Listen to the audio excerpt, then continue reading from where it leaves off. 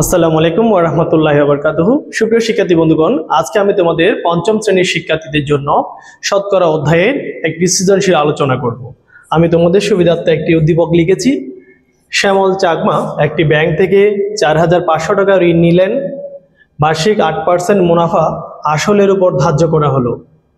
অর্থাৎ শ্যামল চাকমা নামক একজন ব্যক্তি, তিনি ব্যাংক থেকে ৪৫০০ টাকা ঋণ নিয়েছে। ব্যাংক থেকে যেই টাকাটা ঋণ নেওয়া হয় কিংবা ব্যাংকে যে টাকা জমা রাখা হয় তাকে বলা হয় আসল, অর্থাৎ বিনিয়োগকৃত টাকাকে আসল বলে। এবং ৮% মুনাফা, বার্ষিক ৮% মুনাফা, এই কথার অর্থ হলো ১০০ টাকার এক বছরের মুনাফা ৮ টাকা। যদি আসে বার্ষিক ৬% মুনাফা, এই কথার অর্থ কি ১০০ টাকার এক বছরের মুনাফা ৬ টাকা। তাহলে বার্ষিক ৮% মুনাফা এর অর্থ হলো ১০০ টাকার এক বছরের মুনাফা ৮ টাকা, যদি ৮% থাকে।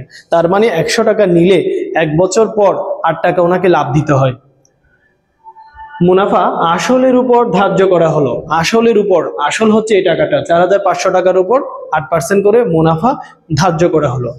এই প্রশ্নের আলোকে ক, খ, গ তিনটি প্রশ্ন আমি দাঁড় করিয়েছি। এটা একটা যোগ্যতা ভিত্তিক প্রশ্ন, কাঠামোবদ্ধ বা সৃজনশীল। আসল কাকে বলে? এখন আমরা এই সমস্যার সমাধান করব।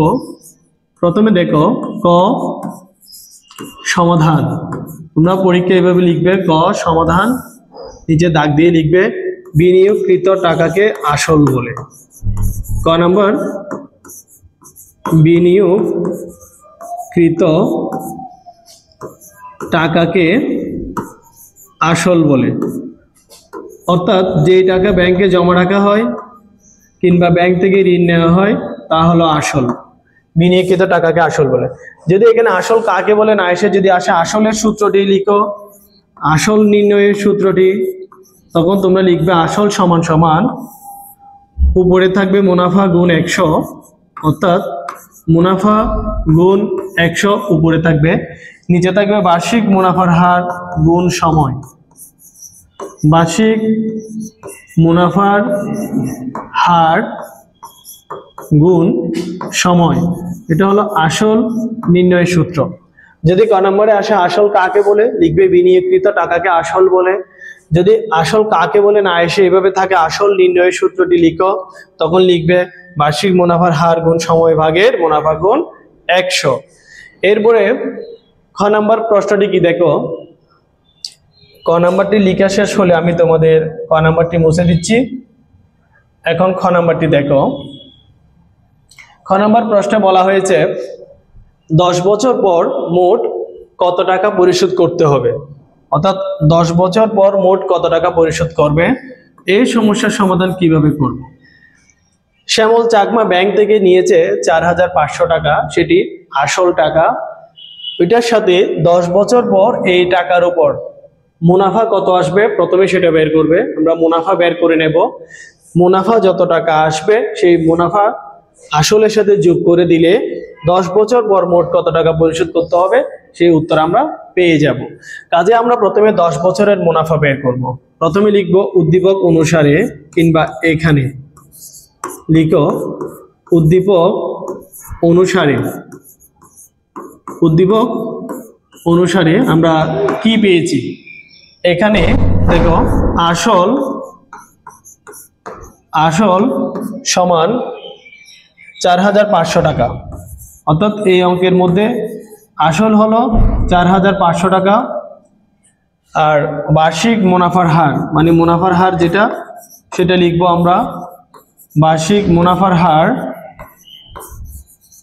৮%। বার্ষিক মুনাফার হার কত পার্সেন্ট? ৮%।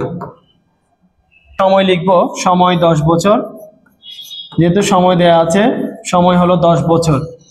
এখন আমাদেরকে বের করতে হবে 10 বছরের মুনাফা, মানে 10 বছর পর মোট কত পরিশোধ করতে হবে সেটি বের করতে হলে এখন আমাদেরকে বের করতে হবে মুনাফা।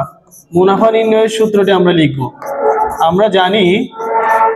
আমরা জানি মুনাফা সমান, দেখো মুনাফা সমান নিচে কি থাকবে 100 ভাগের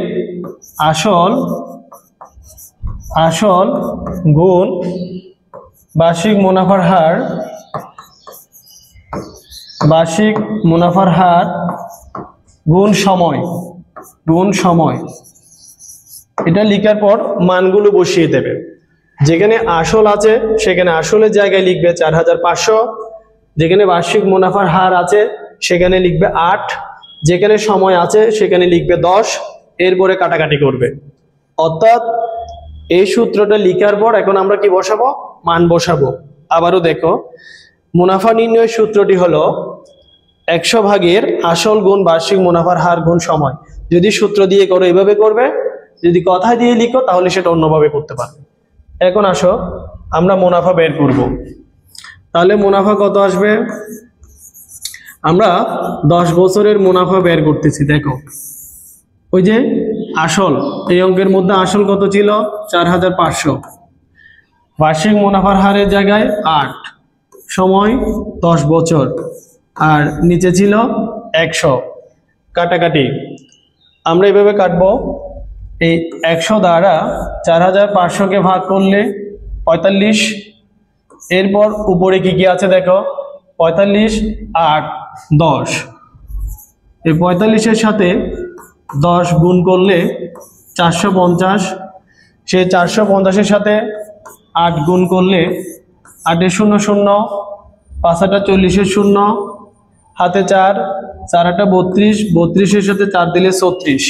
তাহলে কত আসছে? 10 বছরের মুনাফা হলো 3600 টাকা। এখন আমরা লিখব সূত্রান 10 বছর পর মোট পরিশোধ করবে, 10 বছর পর মোট পরিশোধ করতে হবে ওই যে আসল যে টাকাটা ছিল 4500, আসল টাকাটার সাথে দেখো মোট পরিশোধ করতে হবে। এই 4500 টাকার সাথে 3600 যোগ করে দেবে। কত আসবে দেখো? 8100 টাকা। অর্থাৎ এটা এই দুটোটা হলো টাকা। 4500 টাকা হচ্ছে আসল টাকা, আর 3600 টাকা হচ্ছে 10 বছর পরের মুনাফা। দুইটা যোগ করে দিলে 8100। তাহলে 10 বছর পর কত টাকা পরিশোধ করতে হবে?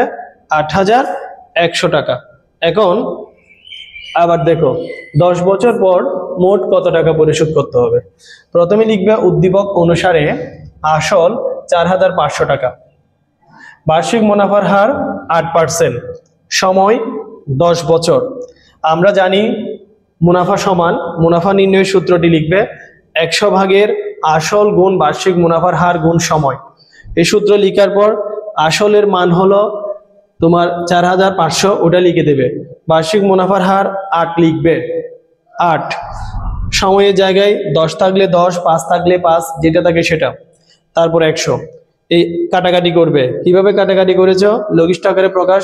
100 দিয়ে 4500-কে ভাগ করলে 45, এগুলো সব গুণ করলে 3600। অর্থাৎ 10 বছরের মুনাফা পেয়ে যাব 3600 টাকা। এখন আসলের সাথে সেই মুনাফা যোগ করব। 4500 টাকার সাথে 3600 টাকা যোগ করলে 8100 টাকা। আমাদেরকে গ নাম্বার বের করতে বলা হয়েছে কত বছর পর মোট মুনাফার পরিমাণ 2520 টাকা হবে। সময় বের করতে বলেছে কত বছর পর, এই সময়টা আমরা বের করব। কত বছর পর মোট মুনাফার পরিমাণ 2520 টাকা হবে। তাহলে আমরা এখানে সময় বের করব। কিভাবে করব? গ নাম্বার গাণিতিক সমস্যার সমাধান আমরা কিভাবে করব দেখো। এখানে অর্থাৎ গ নাম্বারে আমরা যে তথ্যগুলো লিখব সূত্র প্রয়োগের জন্য, সূত্র ছাড়াও এমনি লিখতে পারবে সাধারণ ঐকিক নিয়মের মতো। আবার গ নাম্বারটা দেখো, আসল অর্থাৎ এই অঙ্কের মধ্যে আসল একই কত টাকা? 4500 টাকা। এটা হলো আসল। সময়টা আমরা বের করব। মুনাফা দেওয়া আছে এই অঙ্কের মধ্যে, কত দেওয়া ছিল মুনাফা? 2520 টাকা, এটা মুনাফা। আর মুনাফার হার দেওয়া আছে, উদ্দীপকে দেওয়া ছিল মুনাফার হার, মানে বার্ষিক মুনাফার হার ছিল 8%।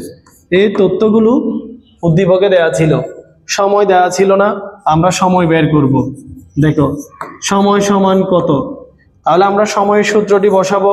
বলো, আমরা জানি সূত্র দিয়ে করলে এভাবে করবে, ঐকিক নিয়মে করলে অন্যভাবে হবে। সময় সমান, এই সময়ের সূত্রটা আমরা এভাবে লিখবো, উপরে লিখবো মুনাফা গুণ 100।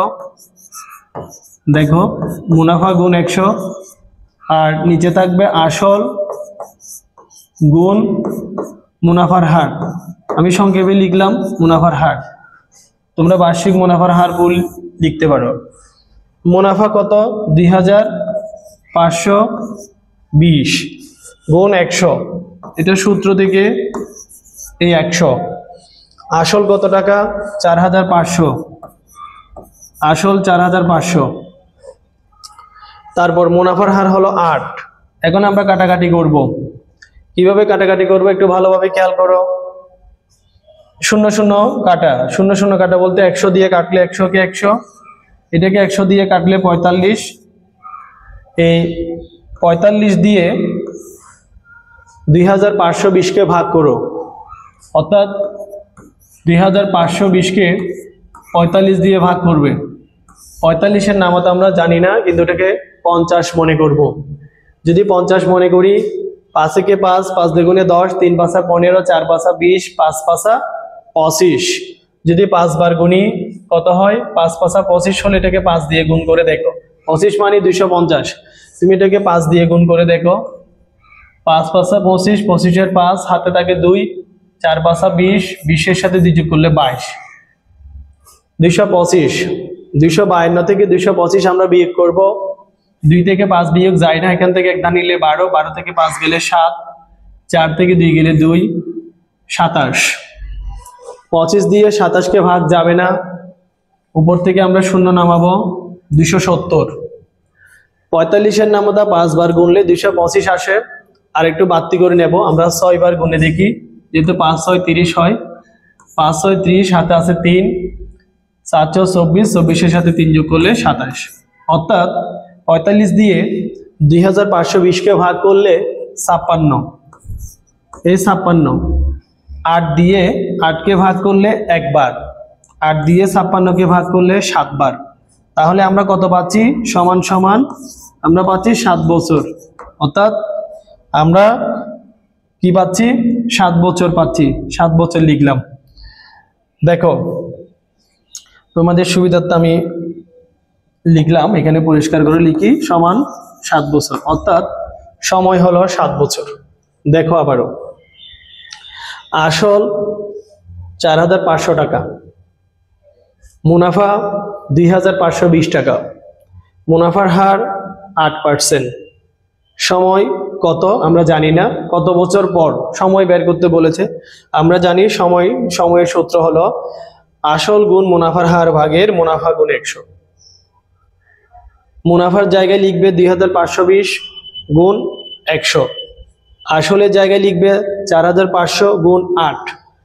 100 দিয়ে 100 কে ভাগ করলে 1, 100 দিয়ে 4500 কে ভাগ করলে 45, 45 দিয়ে 2520 কে ভাগ করলে 56, 8 দিয়ে 56 কে ভাগ করলে 7, অর্থাৎ 7 বছর। তাহলে কত বছর পর মুনাফার পরিমাণ এত হবে, লিখে দেবে সূত্রান। এখানে দেখো কত বছর পর মোট মুনাফার পরিমাণ 2520 টাকা হবে। কত বছর পর মোট মুনাফার পরিমাণ 2520 টাকা হবে। তাহলে তোমরা কি লিখবে? সূত্রান 7 বছর পর, এখানে লিখে দেবে সূত্রান 7 বছর পর মোট মুনাফার পরিমাণ 2520 টাকা হবে। আশা করছি তোমরা এই গাণিতিক সমস্যার সমাধান করতে পারবে, অর্থাৎ অঙ্কটি বুঝতে পেরেছো। শতকরা থেকে এই নিয়মে আরো অনেক অঙ্ক রয়েছে, আমি জাস্ট তোমাদের সুবিধার্থে একটি অঙ্ক বুঝিয়ে দিলাম। ইনশাআল্লাহ বছরের শুরুতে যখন আগামী বছর আসবে, তখন আমি ধারাবাহিকভাবে প্রতিটি অধ্যায়ের উপরে ধারাবাহিকভাবে ক্লাস দিয়ে যাব। সবাই ভালো থাকবে, সুস্থ থাকবে। আসসালামু আলাইকুম।